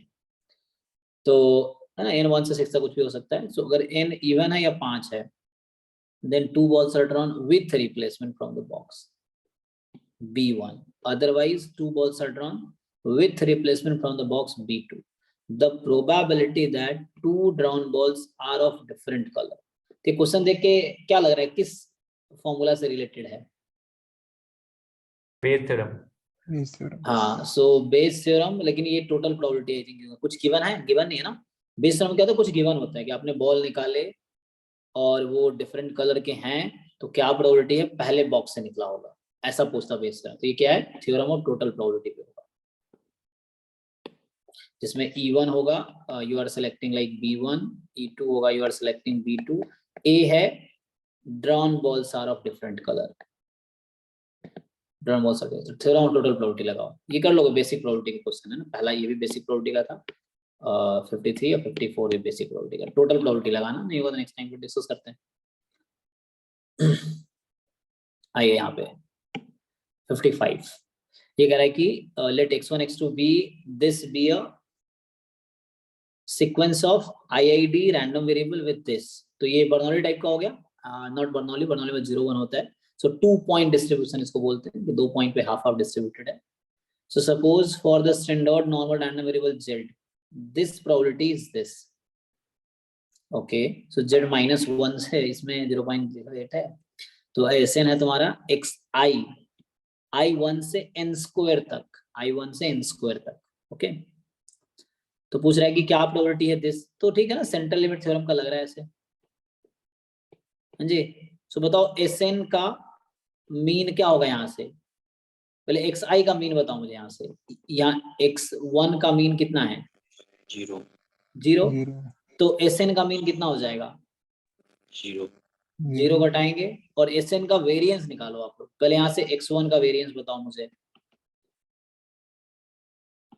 1 आएगा, चेक करो 1 आएगा शायद, क्योंकि EX, सॉरी मैं क्या यस लिख रहा सर हूँ, 1 आएगा। वेरिएंस पूछना चाह रहा हूँ, variance of xi variance of x1, तो वो सेम ही आएगा जो आपका x1 स्क्वायर आएगा, है ना, क्योंकि इतना ही आएगा आपका। और जब आप इसको सॉल्व करोगे तो आपका आंसर आएगा 1। तो ये हो गया। सो Sn का वेरिएंस कितना आएगा, n चेक करो, n स्क्वायर रैंडम वेरिएबल, ध्यान देना है आपको, there are yes n square n number of random variable. n square आएगा। हाँ, तो n स्क्वायर वेरिएंस आएगा, तो स्टैंडर्ड डेविएशन n आ जाएगा, ठीक है। Sn का वेरिएंस n स्क्वायर है this, so same thing here, n by 10 minus 0 upon n। तो फाइनली ये हो गया कि probability z, capital Z more than 0.1, ठीक है। तो यहाँ से आ जाएगा, इसीलिए इसने दिया था। तो यहाँ पे क्या होता है कि Z सिमेट्रिक है ना, तो -0 से +0.1 तक कितना प्रोबेबिलिटी है, 0.1। तो इसको मैं कन्वर्ट कर देता हूँ, ये क्या होगा 5 0.1 -5 -0.1 इज 0.08। तो ये ओपन करोगे, नेगेटिव हटाओगे तो आ जाएगा 5 2 टाइम 5 0.1 -1 इज 0.08। So 2 time 5 0.1.08। सो 5 0.1 कितना आ जाएगा जी, 1.08 अपॉन 2, ये हटा दो इधर से, 54 0.54। ओके, सो 0.54 यहाँ से 5 0.1, तो x लेस देन ये आ गया। तो मुझे क्या जरूरत है यहाँ पे, मोर देन ना, z मोर देन 0.1 है, तो इसको मैं क्या लिख सकता हूँ, 1 माइनस 5 0.1, ठीक है, आया ना, ठीक है ना ये। yes sir तो कितना आ गया 1 माइनस 0.54, 0.46 ठीक है। तो ये आंसर बी आ गया यूजिंग सेंट्रल लिमिट थ्योरम। सो किसी को डाउट है तो आप पूछ सकते हो। चलिए, तो आपको ये खुद से सॉल्व करना है एंड देन नेक्स्ट क्लास में अगर नहीं होता है, डाउट रहता है तो आप बताना। चलो नेक्स्ट क्वेश्चन पे आते हैं। सो 12 बजे तक क्लास चलेगी, क्लास टाइम 9:30 to 12 है। सो आइए नेक्स्ट क्वेश्चन देखते हैं। Let x1 x2 x5 be random sample of size 5 from population having standard normal। तो स्टैंडर्ड नॉर्मल से 5 सैंपल का है, ओके। और x बार आपको दे रखा है, t दे रखा है। सो t क्या है, अगर t में ऐसे बात करूं एस स्क्वायर के टर्म में कितना है ये, 4 टाइम एस स्क्वायर है, कैन वी से दिस, ठीक है। आपको एस पता है ना, 1/n-1 होता है, तो यहाँ उन्होंने 1/n-1 मींस नहीं है, तो क्रॉस मल्टीप्लाई करके 4s स्क्वायर टाइप का होगा। तो बोल रहा है expectation of T square into x bar. Actually मजे की बात क्या है, जब नॉर्मल डिस्ट्रीब्यूशन से सैंपल लिया जाता है तो बताओ x बार में और एस स्क्वायर में क्या रिलेशन होता है, कोई बताओ मुझे, अगर नॉर्मल इंडिपेंडेंट इंडिपेंडेंट होगा तो इसको आप सिंपली अलग अलग कर सकते हो, E of T square into E of X bar square, मतलब t और x बार आर इंडिपेंडेंट। तो ये थ्योरम है कि when you take sample from normal so they are independent. तो अलग अलग हो गया। अब e ऑफ t स्क्वायर हो गया, तो इसको आप ब्रेक कर लो। e ऑफ t स्क्वायर को तुम वैसे लिख सकते हो variance of t minus expectation of t का होल स्क्वायर, है ना। और इनटू में e of x bar square वैसे ही कर लो, मतलब वेरिएंस निकालना अगर आसान लग रहा था। सो variance of x bar minus mean of x bar का होल स्क्वायर, ठीक है। तो अभी कैलकुलेट हो जाएगा। आपको जानकारी के लिए बता दें, ई ऑफ एक्स बार का फॉर्मूला क्या होता है, वही जो सैंपल का मीन है। वेरिएंस ऑफ एक्स बार का फॉर्मूला क्या होता है, सिग्मा स्क्वायर बाय। तो मैं इतना क्यों कर रहा हूँ, मैं डायरेक्टली ना करा सर दूं। स्टैंडर्ड नॉर्मल दिया हुआ है ना, हाँ हाँ, तो क्यों इतना वो करना है। हाँ हाँ वो ठीक है, वो तो हो जाएगा। एक्स बार का कितना हो जाएगा, सिग्मा स्क्वायर बाई एन, तो ये आपका 1/n, एन पता है आपको 5 है। और what is expectation of S square,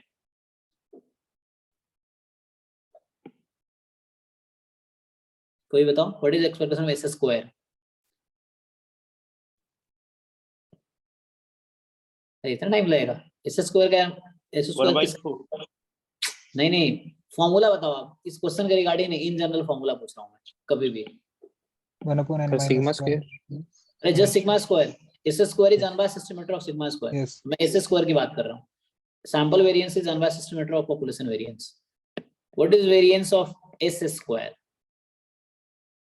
2 sigma की पावर 4 upon n minus हाँ ये फॉर्मूला है, नहीं तो आप डिराइव कर लो उस फॉर्मूले से, n-1 S square by sigma square is chi square n-1, इस फॉर्मूले से आ जाएगा डिराइव। तो ये फॉर्मूला आपको यूज करना है, इतना काफी नहीं है इन्फॉर्मेशन, ठीक है, बाकी आप कर लेना। t 4s स्क्वायर है और x बार है ही ऑलरेडी, दोनों इंडिपेंडेंट है तो अलग कर दिया, अब कर लो, इसी इतना इन्फॉर्मेशन काफी नहीं है कि नहीं, yes sir ठीक है ना। तो आप ई टी स्क्वायर ई एक्स बार स्क्वायर निकाल कर पुट कर लो बस। ये वेरिएंस और मीन कुछ करा, वेरिएंस मीन कुछ आ जाएगा 4s स्क्वायर, ठीक है। एन आपका 5 है तो हो जाएगा, ये कर लो आप। चलिए आगे बढ़ते हैं, इसको हटा देता हूँ, फिर आपको सॉल्व करना है। ये फॉर्मूला एटलीस्ट नोट कर लो ताकि नेक्स्ट टाइम दिक्कत ना। तो ये सब गेट 2007 का पेपर चल रहा है ना, ये जो पेपर है 2007 का है गेट का। तो चलिए आगे आते हैं, 57 देखते हैं। सो x1 x2 x3 इसका ऑब्जर्व वैल्यू दे रखा है आपको, साइज 3 का है, from population having uniform distribution over theta and theta plus 5। तो ये इस इंटरवल पे यूनिफॉर्म दे रखा है। थीटा क्या है, 0 से इन्फिनिटी में हो सकता है, अननोन है, is to be estimated. Then which of the following is not MLE of theta. तो जब आप इसका MLE निकालोगे तो इनफाइनाइट MLE आएगा, कुछ इस तरह से आएगा, आप चेक करना। लेकिन इंटरवल मतलब इंटरवल में MLE आएगा, इसका मतलब ये है कि इंटरवल में इनफाइनाइट पॉइंट्स होते हैं। सो इसका MLE जब आप फाइंड करोगे कि इंटरवल आएगा, तो ऑब्जर्व्ड वैल्यू यूज करोगे तो फिर से एक इंटरवल आएगा, देख लो इंटरवल के बाहर कौन सा है, कर लोगे। हाँ जी, उससे बोलो कर लो, हो जाएगा ना। Yes. yes sir ऑप्शन नहीं आ रहा। क्योंकि इस तरह से आप कर लो, MLE निकालना आपको, MLE निकालने का इंटरवल आ जाए फिर से कर लो। ओके, तो ये बाकी तो नहीं करेंगे हम, प्रोबेबिलिटी क्वेश्चन करेंगे।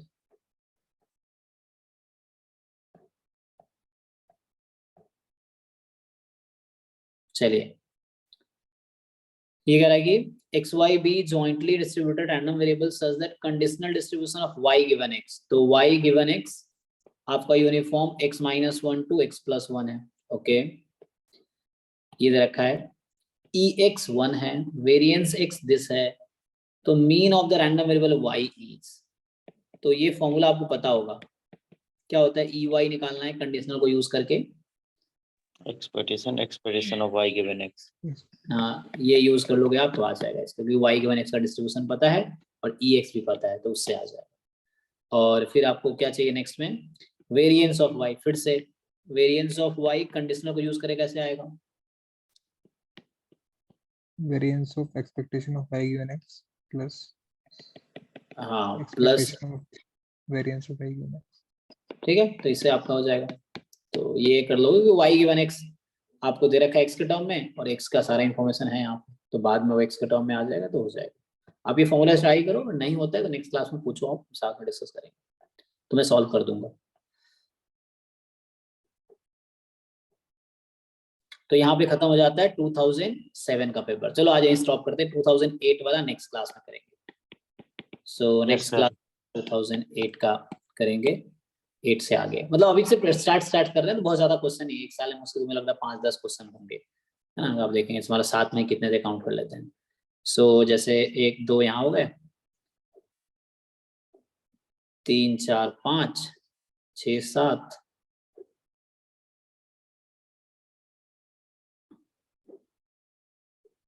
8 9, ठीक है। तो 9 क्वेश्चन थे 2007, ये 2007 का पेपर है। 2007 गेट MA का है, जिसमें पहले स्टैट 7 में आते थे, ठीक है, ये रखा हुआ है।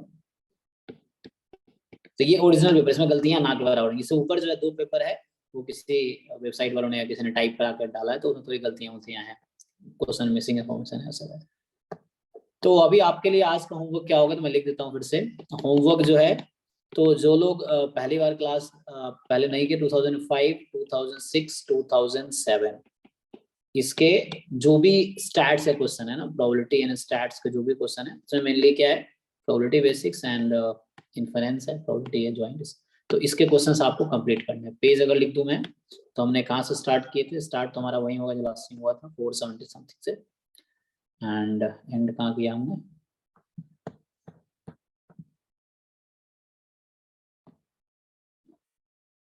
तो यहाँ से स्टार्ट होता 500 पेज तक। सो आई थिंक ये 468 से स्टार्ट हुआ था ये गेट वाला क्वेश्चन, चेक कर लो।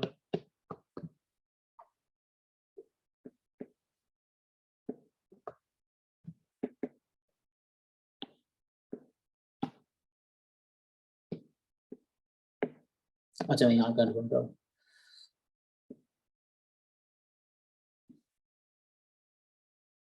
कितना आगे पहुंच गया, जैम का, हाँ यहाँ से स्टार्ट हुआ था ना। सो जो पेज जहाँ से स्टार्ट हुआ ये 458 से, ठीक है। सो 458 से स्टार्ट हुआ, 458, ठीक है। सो पेज नंबर 458 से 500 पेज के बीच जो भी क्वेश्चंस हैं आपको सॉल्व करने हैं। क्लास से पहले ग्रुप में पोस्ट करना। आज मैंने नहीं बोला क्योंकि 1-2 लोग ऐसे थे, लेकिन आप सबको भेजना है, वरना मैं क्या रिमूव कर दूंगा क्लास से, वो है। और अभी ग्रुप में कुछ लोग हैं जो क्लास अटेंड नहीं कर रहे, तो उनको मैं ग्रुप से रिमूव कर दे रहा हूँ, कर दूंगा, है ना। क्योंकि सिर्फ वही लोग चाहिए जो इंटरेस्टेड है, अदरवाइज दुनिया में हमसे अच्छे बहुत लोग हैं जो आपको हेल्प कर सकते हैं। ठीक है, चलिए तो आज ये स्टॉप करते हैं। Thank you,